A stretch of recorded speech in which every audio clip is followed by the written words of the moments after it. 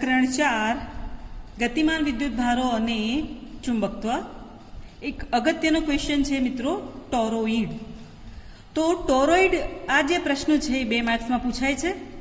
આ રીતે પૂછાય કે ટોરોઇડ એટલે શું અને એનું ચુંબકત્વ જે ચુંબકીય ક્ષેત્ર છે, મેગ્નેટિક ફિલ્ડ છે, તે સમજાવો. તો સૌપ્રથમ આપણે ટોરોઇડ શું છે તે આ રીતે એને ડિફાઇન કરવું.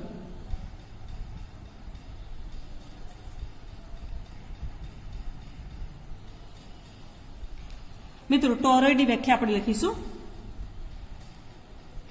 ટોરોઇડ એ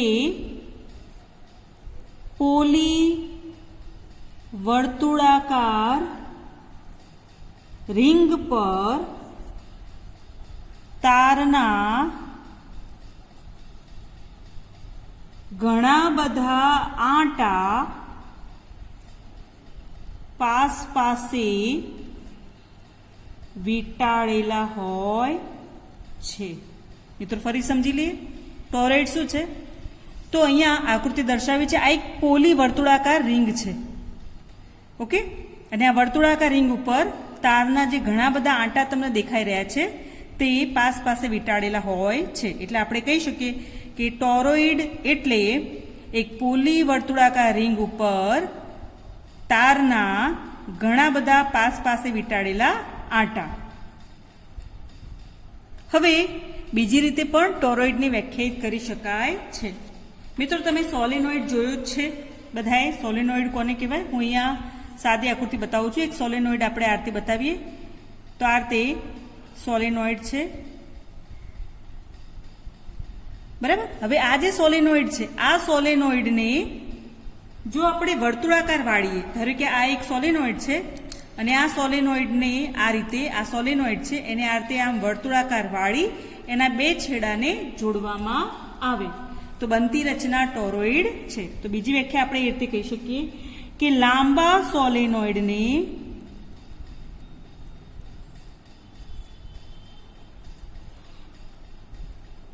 વર્તુળાકાર વાળી, યાદ રાખજો આ રીતે લખવાનું છે, તેના 2 છેડાને, લાંબા સોલેનોઇડને વર્તુળાકાર વાળી તેના 2 છેડાને જોડતા ટોરોઇડ મળે છે. ચાલો હવે આપણે ટોરોઇડની અહીંયા જોઈએ તો આ ખુલ્લી જગ્યા છે. મિત્રો અહીંયા હવા છે, જે ત્યાં બંગડી છે, આપણે એમ જોઈએ, વિચારો કે આ એક રિંગ છે, બરાબર. હવે જે આ રિંગ છે, આ રિંગ ઉપર વર્તુળાકાર આંટા વીંટાળવામાં આવે તો કઈ રીતે આપણને મળે છે. તો ધારો કે આ એક બંગડી છે, એને આ રીતે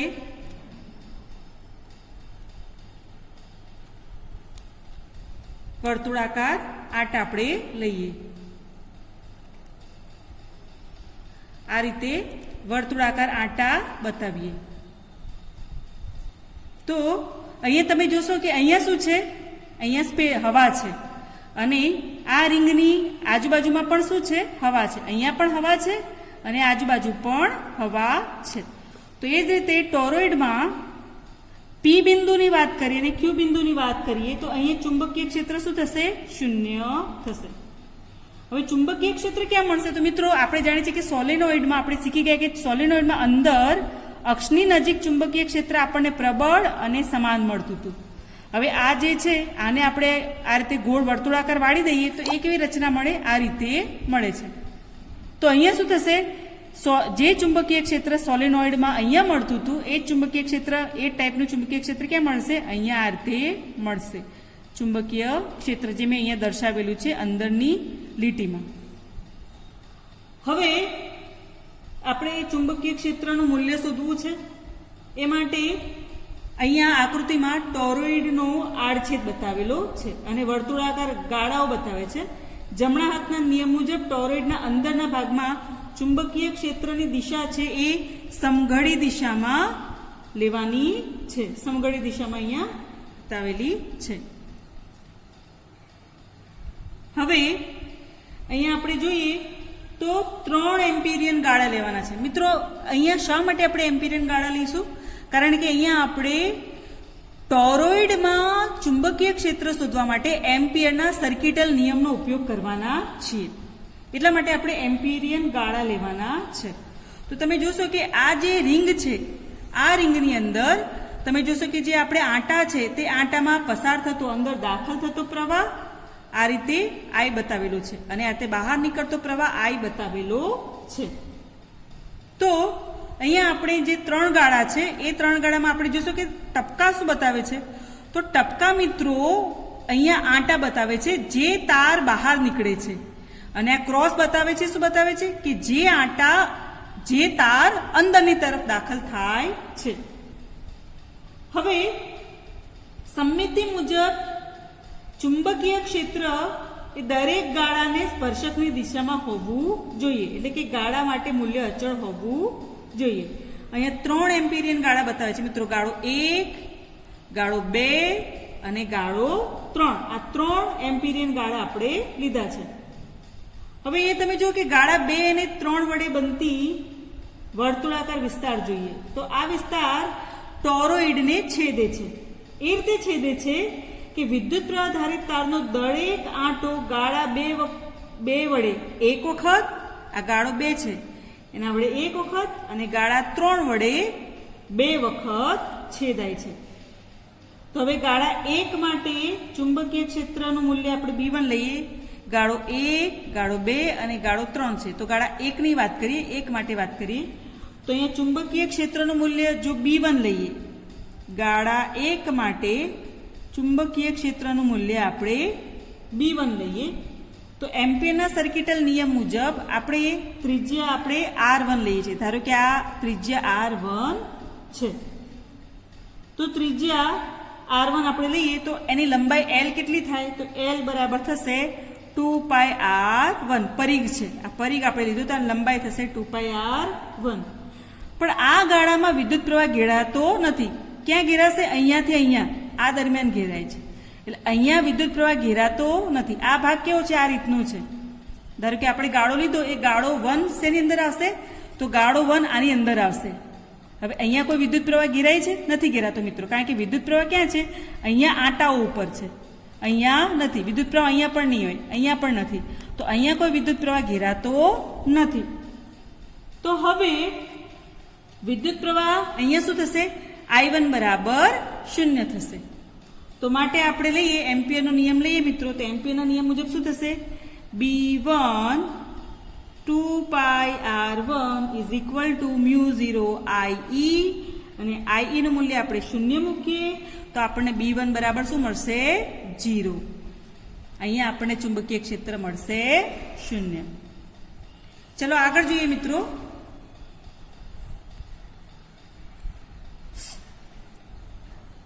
હવે ટોરોઇડની અંદર ખુલ્લી જગ્યામાં દરેક બિંદુએ ચુંબકીય ક્ષેત્ર શું હશે? 0 હશે. હવે આપણે ગાળો 3 લઈશું જે બહાર છે. ગાળો 3 ક્યાં હશે? આ રિંગ છે, રિંગની બહારનો ગાળો છે, અહીંયા લેવાનો છે, જે અહીંયા બતાવેલો છે આકૃતિમાં. ગાળો 3 આ ગાળો બતાવેલો છે. હવે અહીંયા ત્રિજ્યા આપણે કેટલી લીધી છે? R3 ત્રિજ્યા લીધેલી છે.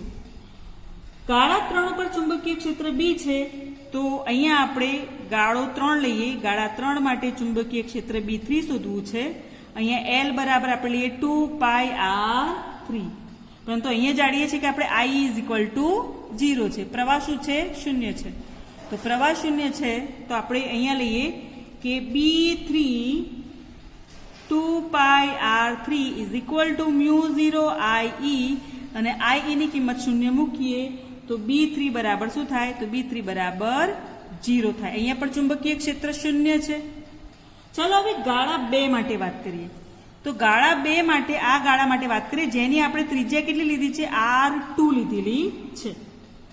R2 બરાબર આપણે R કહી દઈએ. બરાબર. અહીંયા આપણે ધારો કે ગાળા 1 માટે P બિંદુ લીધો હોય તો આ ગાળા 2 માટે S કહીએ અને આ માટે Q કહીએ. તો S માટે એટલે કે ગાળા 2 માટે વાત કરીએ તો ગાળા 2 માટે L બરાબર થશે 2πr2, અને R2 ને આપણે R તરીકે લઈએ તો 2πr, જે R2 બરાબર આપણે R લઈએ છીએ. તો 2πr. હવે આ ગાળા માટે આપણે પાછું એમ્પિરિયન નિયમનો લાગુ પડીએ. તો ધારો કે ગાળા 2 માટે ચુંબકીય ક્ષેત્ર B2 હોય તો B2 બરાબર આપણે B2 લઈએ છીએ તો એના માટે આપણે એમ્પિરિયનના નિયમનો ઉપયોગ કરીએ તો B2 into 2πr is equal to μ0 I. હવે આપણે જાણીએ છીએ કે મિત્રો તમે જોશો કે ગાળા 2 ની અંદર વિદ્યુત પ્રવાહનું વહન થાય છે. બરાબર, એ વિદ્યુત પ્રવાહનું વહન કેવું છે? સમઘડી દિશામાં વિદ્યુત પ્રવાહનું વહન થાય છે, જે અહીંયા દર્શાવેલું છે. અહીંયા આંટાઓ છે અને આંટાઓમાંથી વિદ્યુત પ્રવાહનું વહન થાય છે. બરાબર, હવે આ જે વિદ્યુત પ્રવાહનું વહન થાય છે તેના કારણે અહીંયા ચુંબકીય ક્ષેત્ર આપણને મળશે. IE શૂન્ય હશે નહીં. જેમ ગાળા 1 અને ગાળા 3 માં આપણને IE શૂન્ય મળ્યો એમ અહીંયા નહીં મળે. અહીંયા આપણને વિદ્યુત પ્રવાહ I મળે છે. તો IE કેટલો હશે? ટોટલ પ્રવાહ કેટલો હશે? તો અહીંયા આપણે n આંટા લઈએ છીએ. બરાબર, તો અહીંયા જ્યારે n આંટા આપણે લઈએ તો પસાર થતો ટોટલ પ્રવાહ કેટલો થશે? તો n આંટા અને વિદ્યુત પ્રવાહ I, તો ટોટલ પ્રવાહ આપણને NI મળશે. બસ આપણે એની કિંમત મૂકી દઈશું અને B2 છે એ B2 નું સૂત્રનો કરતા બનાવીએ તો B2 બરાબર B લખું છું અહીંયા. તો અહીંયા આ સૂત્રની અંદર B2 ને સૂત્રનો કરતા બનાવો. B2 ને હું B કહી દઉં તો B બરાબર થશે μ0 NI/2πr. બરાબર, હવે મિત્રો અહીંયા n ની કિંમત આપણે 2πr લઈએ અથવા તો આપણે એમ કરીએ કે n/2πr છે એને આપણે સ્મોલ n કહી દઈએ. બરાબર, તો શું બતાવશે? એકમ લંબાઈ દીઠ આંટાની સંખ્યા બતાવે છે. અહીંયા 2πr પરિઘ ઉપર ટોટલ આંટા છે તો n/2πr કરો એટલે સ્મોલ n અહીંયા આપણને મળે છે. બસ એની આપણે કિંમત મૂકી દઈએ. તો આ n અને 2πr ની કિંમત આપણે સ્મોલ n મૂકી દઈએ તો B બરાબર શું મળશે? μ0 સ્મોલ n I. તો મિત્રો તમે જોયું કે અહીંયા સોલેનોઇડમાં જે આપણને ચુંબકીય ક્ષેત્ર મળે છે B બરાબર μ0 n I, બરાબર એવું જ ચુંબકીય ક્ષેત્ર આપણને શેમાં મળે છે? ટોરોઇડમાં મળે છે. બરાબર, તો અહીંયા આપણે આ જે વાત કરી છે મિત્રો એ આદર્શ ટોરોઇડની વાત કરી છે. જો રિયલ ટોરોઇડમાં જે વ્યવહારમાં આપણે ટોરોઇડ વાપરીએ છીએ એના ગૂંચળામાં આંટાઓ કેવા હોય છે? હેલિક્સ બનાવે છે, મતલબ કે હેલિકલ પ્રકારના ગૂંચળા હોય છે. તો જે તે આ જે આપણે વાત કરી કે ભાઈ આદર્શ ટોરોઇડ છે એ આદર્શ ટોરોઇડમાં અંદર અને બહાર અહીંયા અને અહીંયા ચુંબકીય ક્ષેત્ર કેવું હોય છે? શૂન્ય હોય છે. બરાબર, પરંતુ જો અહીંયા આપણે એવું ધાર્યું છે કે ગૂંચળાઓ છે વર્તુળાકાર છે. બરાબર, પણ વ્યવહારમાં જે ટોરોઇડનો ઉપયોગ કરે છે એમાં હેલિકલ ગૂંચળા હોય છે, જેના કારણે ચુંબકીય ક્ષેત્રમાં થોડોક ફરક પડી જાય છે. આદર્શ ટોરોઇડ કરતા વ્યવહારમાં જોવા મળતા જે ટોરોઇડ હોય છે તેની અંદર બહાર થોડુંક ચુંબકીય ક્ષેત્ર આપણને મળતું હોય છે. પણ અમે કોની વાત કરી? વ્યવહારમાં જોવા મળતા ટોરોઇડની વાત કરી. આદર્શ ટોરોઇડમાં તમારે યાદ રાખવાનું કે એની અંદર આ ભાગ જે હવા હોય છે અને અહીંયા પણ ચુંબકીય ક્ષેત્ર શું છે? શૂન્ય. એટલે કે હું જો અહીંયા P બિંદુ લઉં અને અહીંયા Q બિંદુ લઉં તો P અને Q બિંદુ ચુંબકીય ક્ષેત્ર શૂન્ય હોય છે. મિત્રો આપણે આજે સૂત્ર શીખ્યા B બરાબર μ0 NI. બરાબર ધ્યાન રાખજો, આમાંથી દાખલા MCQ પૂછાય છે અને આ થિયરી બોર્ડની પરીક્ષામાં પૂછી શકાય તેવી ઇમ્પોર્ટન્ટ થિયરી છે.